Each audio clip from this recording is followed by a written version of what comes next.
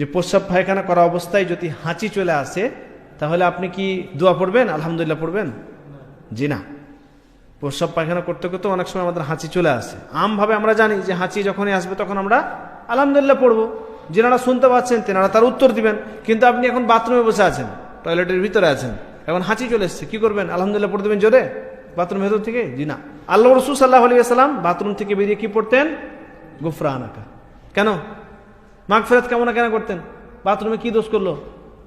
Bathroom করতে গিয়ে কি দোষ করেছে? এখানে আল্লাহ তাআলার জিকির করতে পারছে না। ওখানে আল্লাহ রাসূল সাল্লাল্লাহু আলাইহি ওয়াসাল্লাম তিনি সবসময় আল্লাহ তাআলার জিকির করতেন, তো বাথরুমের ভিতরে তিনি করতে পারছেন না, সেজন্য গুফরানাকা আল্লাহ তাআলার কাছে ক্ষমা চাইলেন, মাগফিরাত কামনা করলেন। তো বাথরুমের ভিতরে জায়েজ না। হাঁচি চলে এলেও আপনি আলহামদুলিল্লাহ পড়বেন না। এখানে কিছু একটা শয়তানি হয়তো কুমন্ত্রণা বা কোনো একটা হয়তো জাগলো কিছু, সেখানে আস্তাগফিরুল্লাহ পড়তে শুরু করবেন বাথরুম করতে করতে, এটাও ঠিক না। ভিতরে কোনো ধরনের দোয়া, আল্লাহ তাআলার নাম, এগুলো আপনি পড়বেন না, এটি জায়েজ না। বাথরুম থেকে বেরিয়ে আসুন, গুফরানাকা পড়ুন, তারপরে আপনি যে কোনো দোয়া পড়ার পড়ুন।